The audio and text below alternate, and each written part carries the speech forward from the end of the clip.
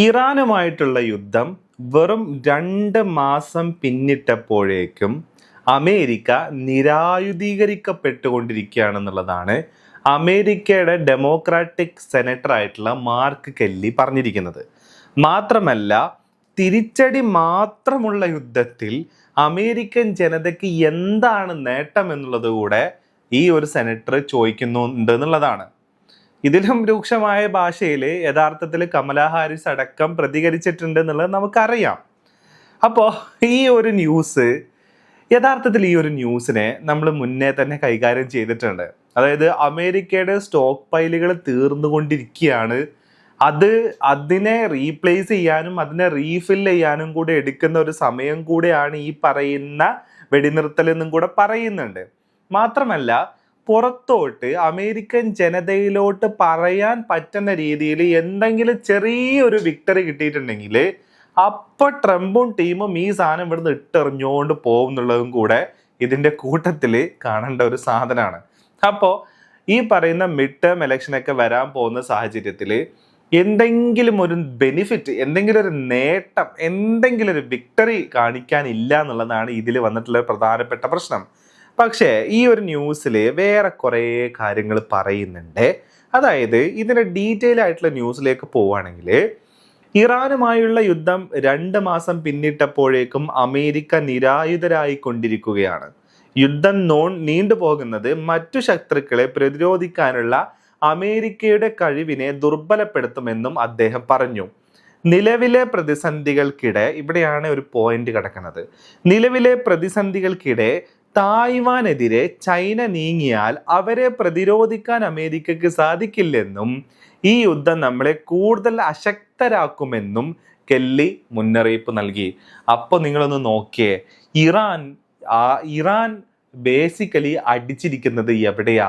അമേരിക്കയുടെ ലോക പോലീസ് പട്ടം, ലോകത്തുള്ള എല്ലാ രാജ്യങ്ങളുടെയും സംരക്ഷണ, ലോകത്ത് എല്ലാ റീജിയണിലും US-ന്റെ ബേസ്, അതേപോലെ തന്നെ US-നെ വിശ്വസിക്കുന്ന US അലൈകൾക്ക് US മിലിറ്ററി പ്രൊട്ടക്ഷൻ നൽകുന്നു. ഈ ഒരു പോയിന്റിന്റെ മേലെയാണ് ഇറാൻ യഥാർത്ഥത്തിൽ അടിച്ചിരിക്കുന്നത് എന്നുള്ളതാണ്. അപ്പൊ ഇവിടെ പറയുന്ന ഒരു പോയിന്റ് എന്താണ്? ചൈന ഓൾറെഡി തായ്വാന്റെ മേലെ അവകാശവാദം ഉന്നയിക്കുന്നുണ്ട്. അതായത് ചൈനയ്ക്കിടയിൽ പെട്ട് കിടക്കുന്ന ഒരു കുഞ്ഞു രാജ്യമാണ് തായ്വാൻ എന്ന് പറയുന്നത്. ഈ തായ്വാനെ ഏത് സമയം വേണമെന്നുണ്ടെങ്കിലും ചൈനയുടെ ഭാഗമായിട്ട് മാറ്റാം. അത്രക്ക് ഫ്രജൈലായിട്ടുള്ള, അത്രക്ക് ഒരു തരത്തിലും സെൽഫ് ഡിഫെൻസ് ഇല്ലാത്ത രീതിയിലുള്ള ഒരു ഏരിയയാണ് തായ്വാൻ എന്ന് പറയുന്നത്. പക്ഷെ അന്താരാഷ്ട്ര സമ്മർദ്ദം ഉള്ളത് കൊണ്ട് മാത്രം ചൈന ഇങ്ങനെ തൊടാണ്ട് തലോടി വെച്ചിരിക്കുന്ന ഒരു സ്ഥലമാണ് സത്യത്തിൽ തായ്വാൻ. അപ്പോൾ തായ്വാനെ യഥാർത്ഥത്തിൽ സംരക്ഷിക്കുന്നത് അമേരിക്കയുടെ ഇടപെടലുകളാണ്. അമേരിക്കയും UN-ന്റെ ഒക്കെ ശക്തമായിട്ടുള്ള ഇടപെടലുകളാണ്. അതായത് ജപ്പാനിലും സൗത്ത് ചൈന സീയിലൊക്കെയുള്ള അമേരിക്കൻ കപ്പലുകളും അമേരിക്കൻ US ബേസുകളുമാണ് യഥാർത്ഥത്തിൽ ചൈനയിൽ നിന്നും തായ്വാനെ സംരക്ഷിക്കുന്നതെന്ന് പറയാം. അവിടെയാണ് ഈ ഇറാൻ അമേരിക്ക യുദ്ധത്തിൽ അമേരിക്കയുടെ കയ്യിലുണ്ടായിരുന്ന ആയുധ ശേഖരത്തിൽ ഗണ്യമായിട്ടുള്ള കുറവ് സംഭവിച്ചു എന്ന് പറയുന്നത്. അപ്പോൾ ഈ രീതിയിൽ അമേരിക്ക ലോകത്ത് പലതരത്തിലും സംരക്ഷണം നൽകാം എന്ന് പറഞ്ഞിരിക്കുന്ന സ്ഥലങ്ങളിലോട്ടൊന്നും തന്നെ ഇമ്മീഡിയറ്റ് ആയിട്ടൊരു വാറോ ഇമ്മീഡിയറ്റ് ആയിട്ടുള്ള ഒരു പ്രകോപനമോ ഉണ്ടായി കഴിഞ്ഞു കഴിഞ്ഞാൽ അതിനെ തടുക്കാൻ അമേരിക്കക്ക് പറ്റത്തില്ല ഇപ്പോഴത്തെ കണ്ടീഷനിൽ എന്നുള്ളതാണ് പ്രധാനപ്പെട്ട പോയിന്റ്. ഇപ്പൊ ചൈനയെ പ്രതിരോധിക്കാൻ വേണ്ടിയിട്ട് ജപ്പാനിൽ US-ന്റെ ബേസും US-ന്റെ ശക്തമായിട്ടുള്ള സാന്നിധ്യമുണ്ട്. അതായത് ജപ്പാന്റെ ഭരണഘടന പ്രകാരം തന്നെ ജപ്പാന് വലിയ രീതിയിലുള്ള സൈന്യം ഉണ്ടാക്കാൻ പറ്റത്തില്ല. അപ്പൊ അതിനെ യഥാർത്ഥത്തിൽ റീപ്ലേസ് ചെയ്യുന്നതും അതിനെ ഫില്ല് ചെയ്യുന്നതും US-ന്റെ പ്രസൻസ് ആണ്. മാത്രമല്ല, സൗത്ത് ചൈന കടലിൽ ചൈനയുടെ അപ്രമാദിത്യം ഒഴിവാക്കാൻ വേണ്ടിയിട്ട് ഫിലിപ്പൈൻസിനെയും ഈ അമേരിക്ക വളരെ വലിയ രീതിയിൽ സഹായിക്കുന്നുണ്ട്. ഒരു സ്ട്രാറ്റജിക് മിലിറ്ററി അലൈയാണ് അമേരിക്കയുടെ എന്ന് പറയുന്നത്. അപ്പോൾ ചൈനയുടെ കടന്നുകയറ്റത്തെ ഇല്ലാണ്ടാക്കുക, ചൈനയെ പ്രതിരോധിക്കുക, ഈ പണികൾക്ക് വേണ്ടിയിട്ട് സൗത്ത് ചൈന കടലിലും ജപ്പാനിലും സൗത്ത് കൊറിയയിലടക്കം പല സ്ഥലത്തും US-ന് ബേസുകളുണ്ട്, പല സ്ഥലത്തും US-ന്റെ ആയുധങ്ങളുണ്ട്. എന്നാൽ ഈ ഇറാൻ യുദ്ധത്തോട് കൂടെ ഇതിൽ ഗണ്യമായിട്ടുള്ള കുറവ് സംഭവിച്ചു എന്നാണ് പറയുന്നത്. പക്ഷെ ഈ പറയുന്ന പോലെ ആയുധശേഖരം ഇല്ലാണ്ടായെന്നൊന്നും അല്ല പറയുന്നത്. അനാവശ്യമായിട്ട് ഒരു കാര്യമില്ലാത്ത രീതിയിൽ ഇറാനോട് യുദ്ധം ചെയ്ത് ആ ഉള്ള ആയുധങ്ങളും ഉള്ള സമ്പത്തും അവിടെ കൊണ്ടുപോയി കളഞ്ഞു എന്നുള്ളതാണ് ഇതിലുള്ള പ്രധാന പോയിന്റ് എന്ന് പറയുന്നത്. നമുക്കറിയാലോ, അമേരിക്കയുടെ താടും പാട്രിയോട്ട് പോലെയുള്ള മിസൈലുകള് യഥാർത്ഥത്തിൽ പ്രതിരോധം തീർക്കുന്നത് എന്തിനെതിരെയാണ്? ഈ പറയുന്ന 2 ലക്ഷം 3 ലക്ഷം അല്ലെങ്കിൽ ഏറിപ്പോയ 20 ലക്ഷം രൂപ വില വരുന്ന തരത്തിലുള്ള ഇറാന്റെ ഡ്രോണുകൾക്ക് നേരെയാണ്. ഇവരുടെ തന്നെ മുന്നേ ഉണ്ടായിരുന്ന കാമിക്കാസ് ഡ്രോണുകൾ എടുത്തുകൊണ്ട് പോയി റിവേഴ്സ് എഞ്ചിനീയറിംഗ് നടത്തി കുറച്ചും കൂടെ സോഫിസ്റ്റിക്കേറ്റഡ് ആയിട്ടുള്ള രീതിയിൽ ഡ്രോണുകൾ ഉണ്ടാക്കിയിട്ട് ആ ഡ്രോണുകളെ തന്നെയാണ് ഇവർ യഥാർത്ഥത്തിൽ അമേരിക്കക്ക് മേലെ ഉപയോഗിച്ചുകൊണ്ടിരിക്കുന്നത്. പക്ഷേ ഈ ഡ്രോണുകളൊക്കെ അടിച്ചിടാൻ വേണ്ടിയിട്ട് ഇവർ ഉപയോഗിക്കുന്നതാണെങ്കിലോ വളരെ വലിയ സോഫിസ്റ്റിക്കേറ്റഡ് ആയിട്ടുള്ള വളരെയധികം മണി ഇൻവോൾവ് ആയിട്ടുള്ള ഒരൊറ്റ മിസൈലിന് തന്നെ കോടിക്കണക്കിന് ഡോളർ ചെലവ് വരുന്ന രീതിയിലുള്ള മിസൈലുകളാണ് ഇതിനെതിരെ ഉപയോഗിക്കുന്നത് എന്നുള്ളതാണ്. സാമ്പത്തികമായിട്ടുള്ള തളർച്ച, അതേപോലെ തന്നെ ഇറാനെ അണ്ടർ എസ്റ്റിമേറ്റ് ചെയ്തത്, ഹോർമൂസ് ഇപ്പോഴും തുറക്കാൻ പറ്റാത്തത്, യുദ്ധത്തിന്റെ ഒബ്ജക്റ്റീവ് എന്ന് പറയുന്നത് ഇറാന്റെ മിസൈൽ ശേഷിനെ ഇല്ലാണ്ടാക്കുക, ഇറാനിൽ ഒരു റെജീം ചേഞ്ച് കൊണ്ടുവരിക, ഇറാന്റെ ന്യൂക്ലിയർ കാപ്പബിലിറ്റീസിനെ ഇല്ലാണ്ടാക്കുക എന്നുള്ളതായിരുന്നു. ഈ ടോട്ടൽ ഈ 3 ഒബ്ജക്റ്റീവിനെ അപ്പാടെ മാറ്റി വെച്ചിട്ട് ഇപ്പോഴത്തെ ഏക ഉദ്ദേശം എന്ന് പറയുന്നത് യുദ്ധം തുടങ്ങുന്നതിന് മുന്നേ പിക്ചറിലേ ഉണ്ടാവാത്ത ഹോർമൂസിനെ തുറക്കുക എന്നുള്ള ലെവലിലോട്ട് മാറി എന്നുള്ളതാണ്. അപ്പോ ലോകത്തില് സൈനിക ശക്തിയിൽ എവിടെയും കാണാൻ പറ്റാത്ത ഇറാൻ എന്ന് പറയുന്ന രാജ്യം അമേരിക്കക്ക് നേരെ നിലനിന്നപ്പോ, അമേരിക്കക്ക് നേരെ നെഞ്ചം വിരിച്ചു നിന്ന സമയത്ത് അവിടെ മുട്ടുമടക്കേണ്ടി വന്നു. അവിടെ ക്ലിയർ ആയിട്ടുള്ള ഒരു വിക്ടറി കാണിക്കാൻ പറ്റാത്ത അവസ്ഥയിലേക്ക് അമേരിക്ക മാറി എന്നുള്ളതാണ് ഈ പറയുന്നതിന്റെ ഒക്കെ സാരം എന്ന് പറയുന്നത്. മാത്രമല്ല, ലോകത്തിലുള്ള എല്ലാ രാജ്യങ്ങളെയും ഇവരുടെ ഏറ്റവും വലിയ അലയായിട്ടുള്ള നോർത്ത് അറ്റ്ലാന്റിക് ട്രീറ്റി വരെ, നാറ്റോ വരെ എന്ത് ചെയ്തു? നാറ്റോയിൽ വരെ റിഫ്റ്റ് ഉണ്ടായി എന്നുള്ളതാണ്.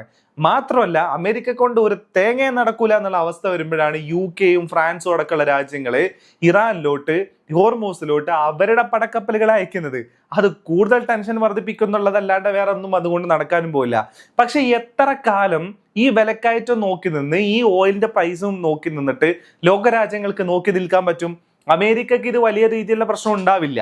അമേരിക്കക്ക് ഓൾറെഡി അമേരിക്കൻ മാർക്കറ്റിൽ വില കൂടുന്നുണ്ട് എന്നുള്ളത് ശരിയാണ്. പക്ഷെ എന്നിരുന്നാലും ഉയർന്ന തുകക്ക് ഇവരുടെ ഓയിൽ പുറത്തേക്ക് വിൽക്കുക എന്നുള്ളതാണ്. പക്ഷെ അതെല്ലാം പ്രൈവറ്റ് കമ്പനീസ് ആണ്.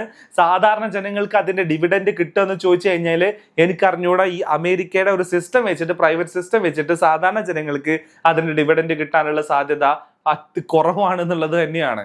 അപ്പോൾ ഇങ്ങനെയൊക്കെ കാര്യങ്ങൾ പോയിക്കൊണ്ടിരിക്കുമ്പോഴാണ് ഈ ന്യൂസ് വരുന്നത്. അപ്പൊ ഇതിനകത്ത് കുറച്ചും കൂടെ ഉണ്ട്. അതായത് US-ന്റെ അത്യാധുനിക ആയുധങ്ങൾ തീർന്നുകൊണ്ടിരിക്കുന്നത് ആശങ്കയ്ക്കിടയാക്കുന്നുണ്ടെന്നും ആയുധശേഖരം പഴയപടിയാക്കാൻ കാലതാമസം എടുക്കുമെന്നും ഇദ്ദേഹം പറഞ്ഞു. ഇറാൻ യുദ്ധം നീണ്ടുപോകുന്നത് നമ്മെ നിലവിലുള്ളതിലും ഭീകരമായ സാഹചര്യങ്ങളിലേക്ക് കൊണ്ടെത്തിക്കുമെന്ന് കെല്ലി പറഞ്ഞു. നീണ്ടുപോകുന്ന ഈ യുദ്ധത്തിൽ അമേരിക്കൻ ജനതയ്ക്ക് എന്ത് നേട്ടമാണ് ഉണ്ടാകുന്നത്? പുതിയ യുദ്ധങ്ങളിലേക്കില്ലെന്നാണ് പ്രസിഡന്റ് പറയുന്നത്. നാശനഷ്ടങ്ങളെല്ലാം നികത്തുമെന്നാണ് അദ്ദേഹത്തിന്റെ അവകാശവാദം. എന്നാൽ നേരെ തിരിച്ചാണ് അദ്ദേഹത്തിന്റെ പ്രവർത്തനം. ഇറാനെതിരായ ഈ യുദ്ധം കാര്യങ്ങളെല്ലാം തകിടം മറിച്ചിരിക്കുന്നു, അദ്ദേഹം കൂട്ടിച്ചേർത്തു. അതായത് പറയുന്നത് എന്താ? പറയുന്നതൊന്നും പ്രവൃത്തി വേറൊന്നും. ഇതാണ് അവസ്ഥ. അതായത് ലോകത്തിൽ ഏറ്റവും കൂടുതൽ യുദ്ധം നിർത്തിയത് താനാണെന്ന് പറഞ്ഞ് നോബൽ പ്രൈസിന് പോയല്ലോ. അതിനകത്ത് വന്നിട്ടുള്ള ട്രോളുകൾ എന്ന് കാണണം. അതായത് നെതന്യാഹു അണ്ണൻ പോയിട്ട് യുദ്ധം തുടങ്ങി വെക്കും, പിന്നെ ട്രംപ് അണ്ണൻ പോയിട്ട് യുദ്ധം അവസാനിപ്പിക്കും. ഇവർ തമ്മിലുള്ള ഒരു ഗിവ് ആൻഡ് ടേക്ക് പോളിസിയാണ് യഥാർത്ഥത്തിൽ ഈ പറയുന്ന നോബൽ പ്രൈസിന്റെ നോമിനേഷനിലേക്ക് ട്രംപിനെ കൊണ്ടുപോയിട്ടത് എന്നുള്ളതാണ്. യുദ്ധം തുടങ്ങാനും യുദ്ധം നടത്താനുമുള്ള സകല സൗകര്യങ്ങളും, ആയുധങ്ങളാണെങ്കിൽ ആയുധങ്ങൾ, ഇന്റലിജൻസ് വിവരങ്ങൾ, പോർട്ടുകൾ, അതേപോലെ തന്നെ വിമാനവാഹിനി കപ്പലുകളാണെങ്കിൽ ഇതെല്ലാം ട്രംപ് കൊടുക്കും യുദ്ധം തുടങ്ങാനും യുദ്ധം നടത്താനും. എന്നിട്ട് അതിന്റെ ഇടക്കൂടെ പോയിട്ട് എന്ത് ചെയ്യും? യുദ്ധം നിർത്തിക്കും. എന്നിട്ട് ഞാൻ യുദ്ധം നിർത്തിച്ചേ, എനിക്ക് നോബൽ വേണമെന്ന് പറഞ്ഞു വരും. ഇതാണ് അവസ്ഥ. ഇത് അമേരിക്കക്കാരും അമേരിക്കയിലുള്ള സെനറ്റർമാരും മെമ്പർമാരും എല്ലാ മനുഷ്യന്മാരും തിരിച്ചറിഞ്ഞു എന്നുള്ളതാണ്. ഈ മനുഷ്യനെ കൺട്രോൾ ചെയ്യാൻ പറ്റത്തില്ല. ഇപ്പൊ അങ്ങേരുടെ ബുദ്ധി എത്രത്തോളം ഉണ്ട്, ഇങ്ങേർക്ക് മെന്റൽ ആണോ എന്നുള്ള ചർച്ചകളും റിസർച്ചുമാണ് അമേരിക്കയിൽ ഇപ്പൊ നടന്നുകൊണ്ടിരിക്കുന്നത് എന്നുള്ളതാണ്. അപ്പോ എല്ലാ വീഡിയോയിലും ഞാൻ പറയുന്ന പോലെ തന്നെ വീണ്ടും തല കൊണ്ടുപോയി കുടുക്കി വെച്ചിട്ടുണ്ട്. അത് ഊരിയെടുക്കാൻ ഒരു നിവൃത്തിയില്ലാത്ത രീതിയിൽ നിന്നിടത്ത് നിന്ന് കറങ്ങിക്കൊണ്ടിരിക്കുകയാണ് അമേരിക്ക എന്നുള്ളത് മാത്രമാണ് പറയാനുള്ളത്.